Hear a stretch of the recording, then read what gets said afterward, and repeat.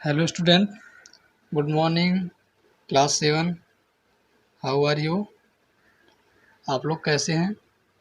आप लोग का पीटी फर्स्ट का पेपर हुआ ऑनलाइन एग्ज़ाम, उसका फीडबैक को आप ज़रूर बताइए कि कैसा आप लोग का पेपर हुआ। और उसके बाद जो है प्रश्न जो है आपने कैसे किया, उसके भी विषय में हमको आप बताइए कि किस तरह के प्रश्न आए थे और आपने कितना अटेम्प्ट किया, कितने सही हैं आपके। तो रिजल्ट में ही आपके पता चलेगा। फिर भी पेपर कैसा था उसका फीडबैक हमको कमेंट में आप ज़रूर बताइएगा। तो चलिए, आज आपका जो है क्लास 7 में एकता की शक्ति जो आपका चैप्टर है, इस चैप्टर का आज हम आपको जो है थोड़ा सा पार्ट पढ़ाए थे, उसके बाद आज इसको पूरा पढ़ाते हैं और फिर इसके जो है एक्सरसाइज को कंप्लीट कराएंगे। तो देखिए बच्चों, जैसा कि चैप्टर का क्या नाम है, एकता की शक्ति। पाठ का क्या नाम है? पाठ 2 है आपका एकता की शक्ति। अर्थात क्या होती है कि एकता, एकता का अर्थ क्या होता है कि हम जब जो है किसी कार्य को एक साथ मिलकर करते हैं तो उसे हम क्या कहते हैं? एकता। जब कई लोग जो है किसी कार्य को एक साथ करते हैं बच्चों, तो उसे क्या कहते हैं? जब एक साथ उसको मिलकर करें तो उसे क्या कहते हैं? एकता। अर्थात जो है उस काम में सभी लोग बराबर साझेदार कर रहे हैं। तो इस तरह से एकता का शक्ति जो है पाठ है, इसमें यह दिखाया गया है कि किसी भी कार्य को जो है आप अगर सब मिल के करेंगे और अच्छे से करेंगे तो उससे जो है वह कार्य आसानी से हो जाएगा और आसानी से होने के बाद जो है हमको जो है किसी भी तरह का समस्या नहीं होगी। तो चलिए आइए पढ़ते हैं। देखिए, एक बार यहाँ से पहला यह पैराग्राफ है, यहाँ से इसको पढ़ रहे हैं। एक बार सुकरात ने अपने शिष्यों से पूछा, बताओ कि किस वस्तु में सबसे अधिक शक्ति है। सुकरात जो है यह जो एक यूनानी इतिहासकार थे, विचारवाद थे, सॉरी इतिहासकार नहीं थे, यूनानी जो है एक मार्क्सवादी जो है फिलासफर थे, दार्शनिक थे। इन्होंने जो है अपने शिष्यों से पूछा कि किस वस्तु में सबसे अधिक शक्ति होती है। तो एक शिष्य ने उत्तर दिया, सबसे अधिक शक्ति धन में होती है।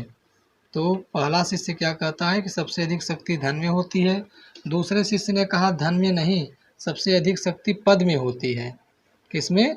पद में होती है। पद अर्थात किसे कहते हैं? पद आपका जो प्रतिष्ठा है, किसी आप पद पे अगर आसीन हो जाएं, कहीं आपका सिलेक्शन हो जाए, IAS अधिकारी हो जाएं और आप अध्यापक हो जाएं, और तो आप जो है या किसी एक उच्च पद पे जो है सरकारी विभाग में हो जाएं, या आप जो है किसी के सांसद हो जाएं। तो इस तरह से दूसरे ने कहा जो है कि धन में नहीं, सबसे अधिक जो शक्ति होती है वह पद में होती है।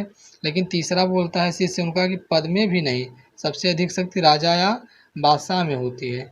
तो जो तीसरा उनका शिष्य था वह बोलता है कि पद में भी नहीं, जो सबसे अधिक शक्ति है वह राजा या बादशाह में होती है। अपने शिष्यों के उत्तर सुनकर सुकरात विचारों में डूब गए। तो इस तरह का जब उन्होंने उत्तर दिया तो इनके जो है प्रश्नों के उत्तर सुनकर सुकरात क्या हुआ?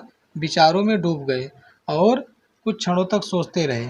फिर अपने ही आप सोचते हुए क्या हुआ? उन्होंने बोले कि सबसे अधिक शक्ति न तो धन में होती है, न पद में होती है, न ही राजा या बादशाह में होती है। सबसे अधिक शक्ति किस में होती है? एकता में होती है। अर्थात एकता जो है उसमें जो है सबसे अधिक शक्ति होती है। क्या होती है बच्चों? सबसे अधिक शक्ति जो होती है आपकी वह एकता में ही होती है। तो आपस में मिलजुल कर रहने और काम करने को एकता कहते हैं। क्या कहते हैं? देखिए, मैंने आपने बताया ना, संगठन बनाना।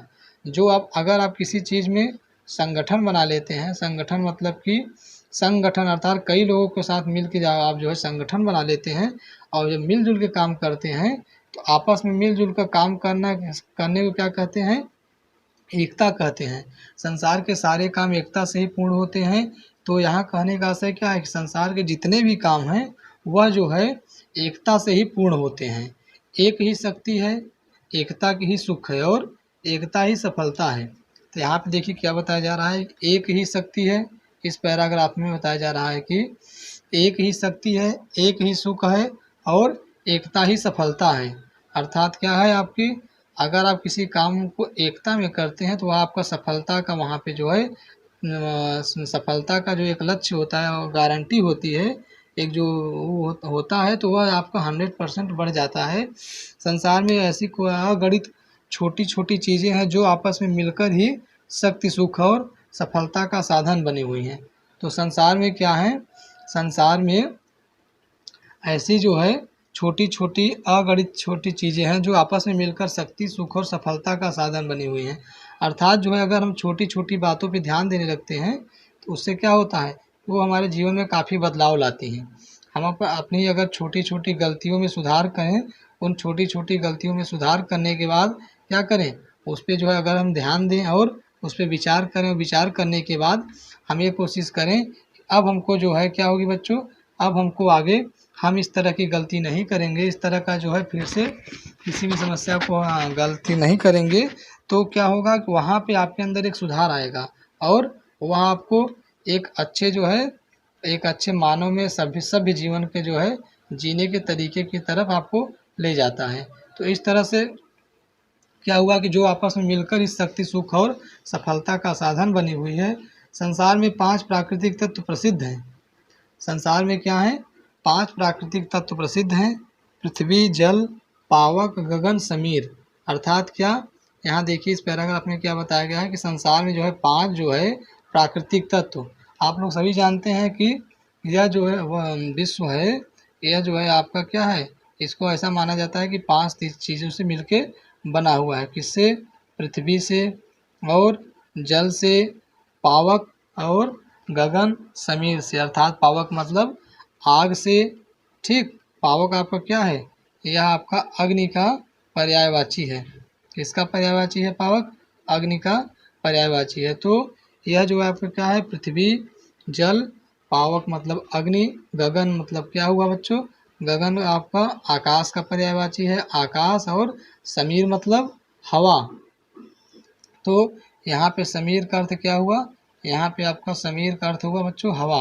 तो आप जो है इस तरह से जानिए कि आपका जो ये संसार है इसको ऐसा माना जाता है संसार को। और आपको भी समझिए कि आपके जो ये शरीर है, जो आपका ये शरीर है, आपका 5 जो है पदार्थों से मिलकर बनता है। पंच महाभूत जिसको कहा जाता है, पृथ्वी, जल, वायु, आकाश और हवा। तो पंच महाभूत इसको कहा जाता है। किससे क्या कहा जाता है बच्चों, इसको हम लोग क्या कहते हैं कि पंच महाभूत कहा जाता है। पंच महाभूतों से ही जो है हमारे शरीर की उत्पत्ति मानी जाती है। तो यहाँ देखिए कहा गया है कि संसार में 5 जो है प्राकृतिक तत्व प्रसिद्ध हैं। पृथ्वी, जल, पावक मतलब अग्नि, पावक मतलब क्या होगा आग, और गगन मतलब आकाश, और समीर का क्या अर्थ होगा, समीर का अर्थ होता है हवा। अर्थात ये जो है 5 तत्व ज़्यादा प्रसिद्ध हैं। और इसके बाद जो है जब, अब आगे देखिए, तब अलग अलग रहते हैं, इनकी कोई सत्ता नहीं होती, किंतु जब ये 5 तत्व मिल जाते हैं तो एक शरीर बनाते हैं जिसमें आत्मा निवास करती है। तो यहाँ पे यह बताया कि जो पंच महाभूत हैं, अर्थात पंच महाभूतों का ही नाम क्या है, पृथ्वी, जल, वायु, आकाश और अग्नि। तो इन्हीं जब देखिए बताया गया कि जब पंच महाभूत अलग अलग होते हैं तो इनकी जो है कोई सत्ता नहीं होती, अर्थात ये अपने आप में क्या होते हैं, अकेले रहते हैं। अगर आकाश को देखें तो अपने आप में आकाश एक अलग है, और पृथ्वी आपका जो है अलग है, सब अलग अलग हैं। लेकिन जब जो है यह पंच महाभूत आपके क्या होते हैं, जब अलग अलग रहते हैं तो इनकी कोई सत्ता नहीं होती। सत्ता कहने का मतलब है कि इनका जो है कोई एक विशेष जो है अस्तित्व तो नहीं रहता।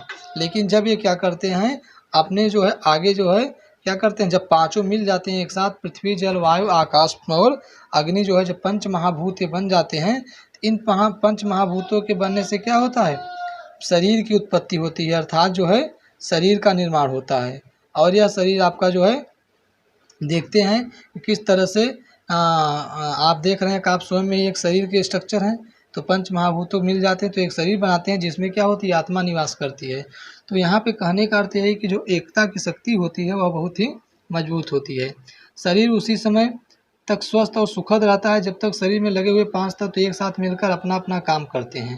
लेकिन यहाँ पे क्या बताया जा रहा है कि शरीर उसी समय तक स्वस्थ और सुखद रहता है जब तक शरीर में लगे हुए 5 तत्व एक साथ मिलकर अपना अपना काम करते हैं। मतलब कि शरीर आपका तभी, यह जो है यहाँ कहने का मतलब कि बच्चों जब एकता की शक्ति, अर्थात ये पंच महाभूत जो 5 तत्व थे जिससे मिलकर शरीर बना हुआ था, अगर ये आपके क्या हुए, अलग हो गए, अगर पृथ्वी आपकी आकाश से अलग हो गया, और आकाश आपका जल से अलग हो गया, जल आपका जो है अग्नि से अलग हो गई, अग्नि आपका वायु से अलग हो गया, तो इन सब से क्या होता, अगर ये आपके अलग हो गए तो क्या होगा, पृथ्वी का जो है, जो आपके शरीर का अस्तित्व है वह जो है कम होने लगता है।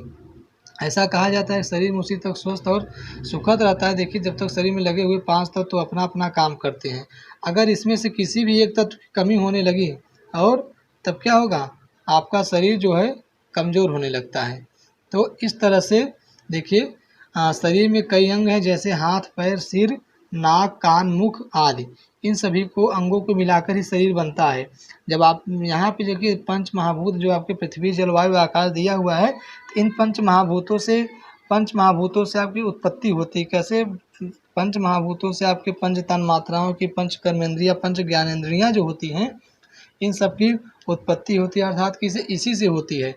जो आपके शरीर हैं, इन शरीर से ही आपके पंच महाभूतों की उत्पत्ति होती है। और ये आपका पंच महाभूत ही क्या करते हैं, शरीर का निर्माण करते हैं। तो शरीर के जो आपके देखिए यहाँ अंग बताए गए ना, हाथ, पैर, सिर, नाक, कान, आँख, मुँह आदि, इन सभी से मिलकर ही शरीर बनता है। ये सभी अंग जब तक अपने काम मिलकर करते रहते हैं तब तक शरीर का अस्तित्व रहता है। अर्थात क्या होता है कि ये सब जो शरीर जब तक मिल के काम करते हैं तब तक क्या होता है, आपके जो है शरीर का अस्तित्व रहता है और बिना आकाश में बड़ी तेज़ी से दौड़ता है।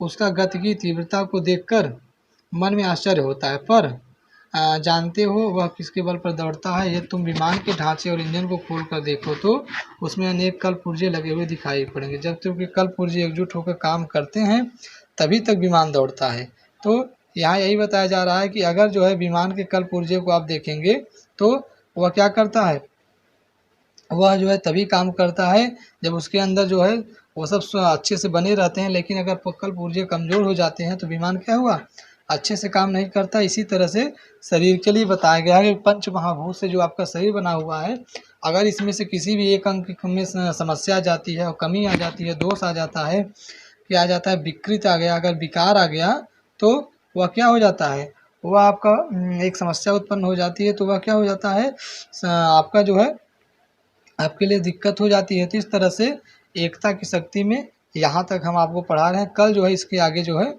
आपको पढ़ाएंगे कि तुमने आणुबम का सुना होगा, फिर उसके बाद जो है आगे का आपको बताएंगे। तो आप लोग जो है इतना पढ़ लीजिएगा। पढ़ने के बाद जो है इसको चैप्टर को रिवीजन कर लीजिएगा और कल आपसे जो है फिर इसके वीडियो के आगे हम आपको बताएंगे। और हाँ, आपका टेस्ट कैसा हुआ ज़रूर बताइएगा कमेंट करके हमको। कैसा हुआ आपने प्रश्न जो किया वो कैसे किया। किसी भी प्रश्न में समस्या हुई तो आप लोग हमको टेलीग्राम पे उसका वो भेजिए, हम आंसर आपको बता देंगे। ठीक, हम सोच रहे हैं अगर पेपर आप भेज देंगे तो उस पर हम वीडियो बना देंगे। ओके बच्चों, तब तक अच्छे से पढ़िए। फिर आपसे कल नेक्स्ट वीडियो मिलेंगे। तब तक के लिए good bye, take care, all of you.